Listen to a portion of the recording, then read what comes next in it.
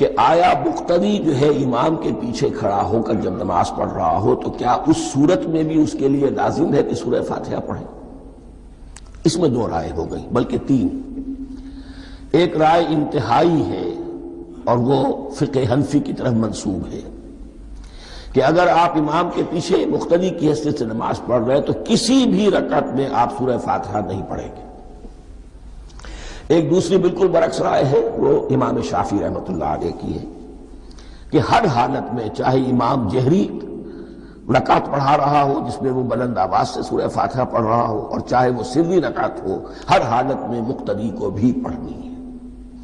ایک تیسری رائے بین ہے، وہ امام مالک کی ہے رحمۃ اللہ علیہ، کہ جو سری رکعت ہے جس میں کہ امام بھی خاموشی سے پڑھ رہا ہے، مقتدیوں کو بھی پڑھنی چاہیے۔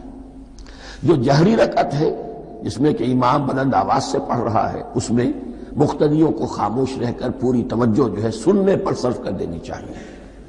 اذا قرئ القرآن فاستمعوا له وانصتوا، جب قرآن پڑھا جا رہا ہو تو پوری توجہ اس کے پڑھنے پر مرکوز کر دو اور خود خاموش رہو۔